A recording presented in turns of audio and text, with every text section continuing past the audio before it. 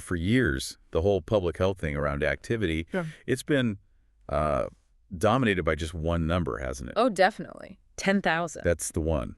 10,000 steps. That's been like the gold standard, the benchmark we're all told we got to hit. It's so simple, so easy to track. Right. And millions of people are, glued to their trackers because of it. Obsessed, really.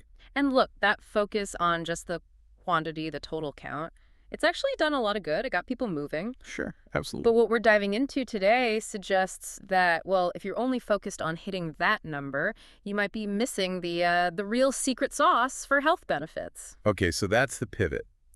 The total step count, it turns out, maybe isn't the whole story. Maybe it's less important than the quality of those steps. Exactly. We're talking about the rhythm, the pace, the pattern of your walking. Not all steps are created equal, then. He seems like it. And this could be huge, especially for people who, struggle to hit those really high daily step goals.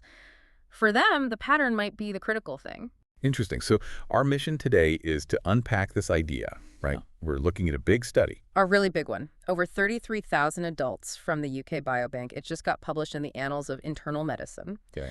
And it basically shifts the focus from how many steps you take to how you actually organize those steps throughout your day. And we need this kind of insight, don't we? Yeah. Because walking is, it's the easiest, most accessible activity for almost everyone. Absolutely. Yet physical inactivity is still a massive driver for cardiovascular disease, CVD. Disorders of the heart, blood vessels, Mm-hmm. still the #1 cause of death worldwide. It's staggering. It really is. So if we can figure out how to optimize just our daily walking, maybe with just a small change in how we do it, the impact could be enormous. Okay, let's get into the study specifics then. Mhm. Who exactly were they looking at? Well, this is what's really interesting. They didn't focus on the super fit folks already hitting 10,000 steps or more. Right. They specifically targeted what they called the suboptimally active group, so adults taking fewer than 8,000 steps a day. Okay, so below that kind of common target. Yeah, and the average for these participants was actually pretty low, only about 5,165 steps per day. Wow, okay. So this is really research aimed at, well, the average person maybe. Someone with a desk job, busy life, finding it hard to cram in lots of activity. That's exactly who it speaks to. The majority of people, probably. Makes sense. And what was the big question they were trying to answer? It sounds simple, but it's crucial. If you have two people and they both walk, say, 5,000 steps in a day, Okay. but one person gets those steps in really short, fragmented bursts, walking to the copier, to the kitchen, whatever. Wait, incidental movement. And the other person gets maybe a good chunk of those 5,000 steps in a couple of longer, continuous walks. Does that pattern actually affect their risk of, dying or developing CVD down the line? And this is key. Could they prove it was the pattern itself, not just that the person taking longer walks maybe walked a tiny bit more overall, or was just healthier to begin with? That's the critical part. They used really sophisticated statistical modeling with that huge UK Biobank data set. Okay.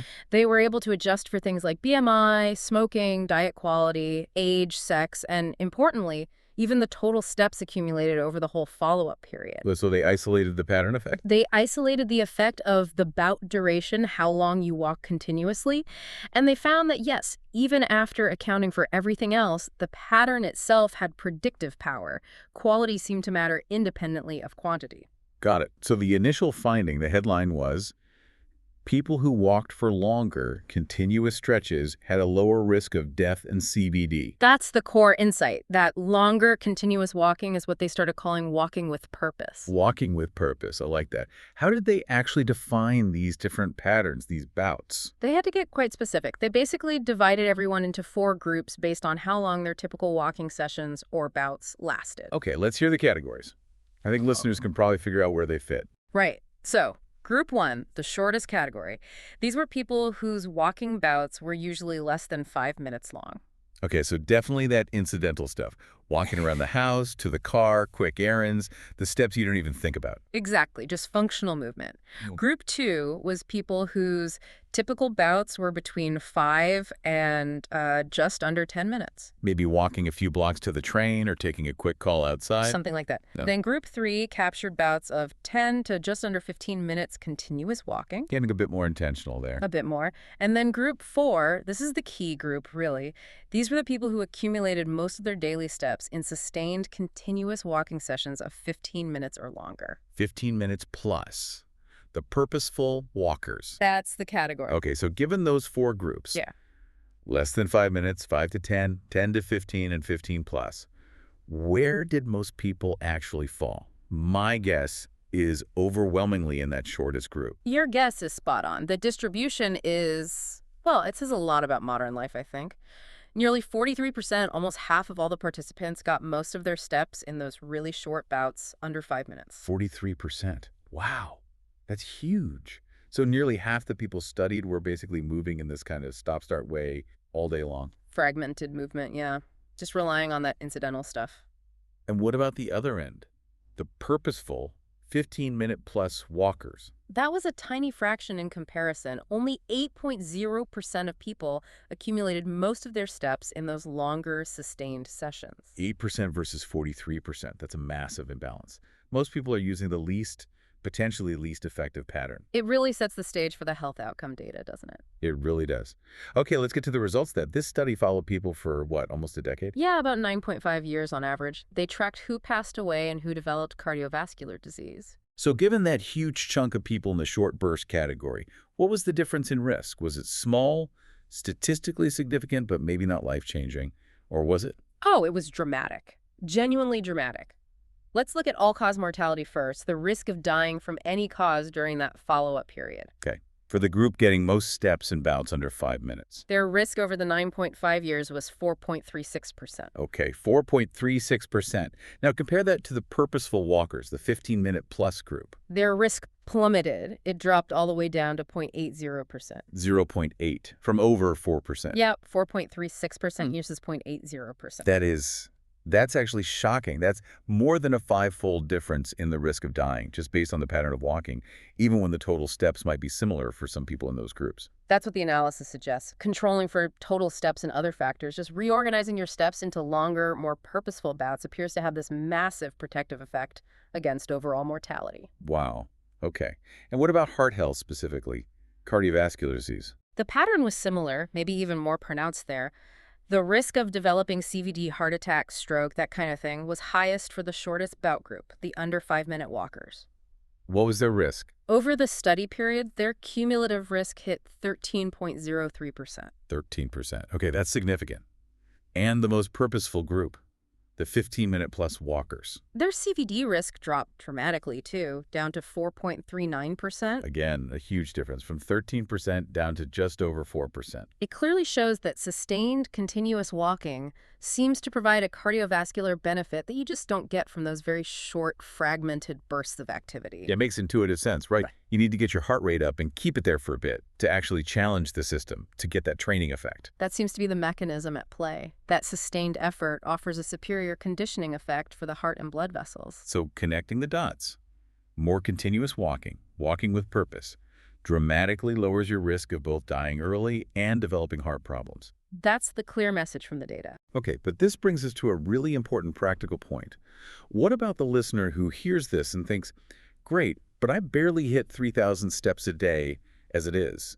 Now you're telling me how I walk matters too. Does this just make it feel more overwhelming, more hopeless for someone starting out? No, actually, I think it's the opposite.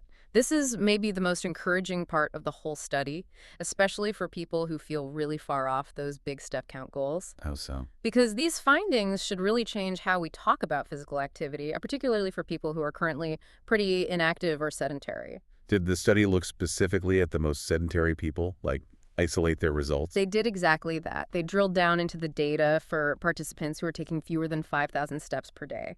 So the really low active group. Okay, and what did they find for them? Get this. The positive association between longer walking bouts, those 15 minutes or more, and lower risk of death in CVD was even more pronounced in this highly sedentary group compared to the overall study population. Wait, really? So the benefit of purposeful walking is greater if you're starting from a lower activity level. That's what the data strongly suggests, is like you get more bang for your buck. That's fantastic. That's the ultimate actionable insight, isn't it? If you are currently not moving much, organizing the little movement you do manage into purposeful continuous sessions gives you a disproportionately large health return. It's almost like the Pareto principle, the 80-20 rule, applied to walking. That 20% of your steps, if done purposefully and continuously, might be giving you 80% of the unique benefit related to pattern. So if you only manage, say, 3,000 steps in a day, making sure half of those 1,500 steps happen during one solid 15-minute walk could give you a massive health boost compared to just getting those 3,000 steps randomly. Precisely. It offers a much bigger relative benefit than, say, someone already walking 9,000 steps randomly adding another 1,500 random steps. The biggest gains from patterns seem to be for those starting lower down the activity scale. So for our listener maybe stuck at a desk all day, the message isn't you absolutely must hit 8,000 or 10,000 steps. It's more like make sure you carve out 15 minutes, maybe at lunch, maybe after work, for one deliberate nonstop walk. That's the practical takeaway. Focus on incorporating at least one or two longer, purposeful walking sessions into your routine. The quality, the continuity of that effort, that seems to be key for optimizing health outcomes. Especially if you're starting from scratch. Yeah. Don't stress about the huge number. Stress about making some of your movement count in a sustained way. Exactly. Shift the focus from just volume to the consistency and duration of the effort. This whole deep dive really does reframe how we should think about daily steps, doesn't it? It's not just about hitting a number on a screen. It's about making some of those steps intentional, Yeah. making them work for your cardiovascular system. When it comes down to health outcomes, longevity, avoiding CVD, the quality, that sustained effort, seems significantly more protective than just, amassing steps here and there throughout the day. The sustained cardiovascular load seems to be the critical factor. And that final point you made about the distribution is really sticking with me. 43% of people getting most steps in tiny bursts under 5 minutes. Yeah, the potential for improvement is huge. So here's the thought I'm left with. Imagine that huge group, that 43%. What if they didn't even add more steps, necessarily? What if they just stopped doing quite so much random pacing around the office or kitchen, and instead consciously bundled those same steps into, say, just 2 dedicated 10 or 15-minute purposeful walks each day? The potential health gains suggested by this study could be massive, right? It really suggests that for a huge number of people, the path to significantly better health might not require adding hours of grueling exercise. It might just be about a simple, deliberate scheduling change. Taking the steps you already take, but doing them with purpose. That's a powerful idea, and it's something anyone can start thinking about, maybe even start doing today.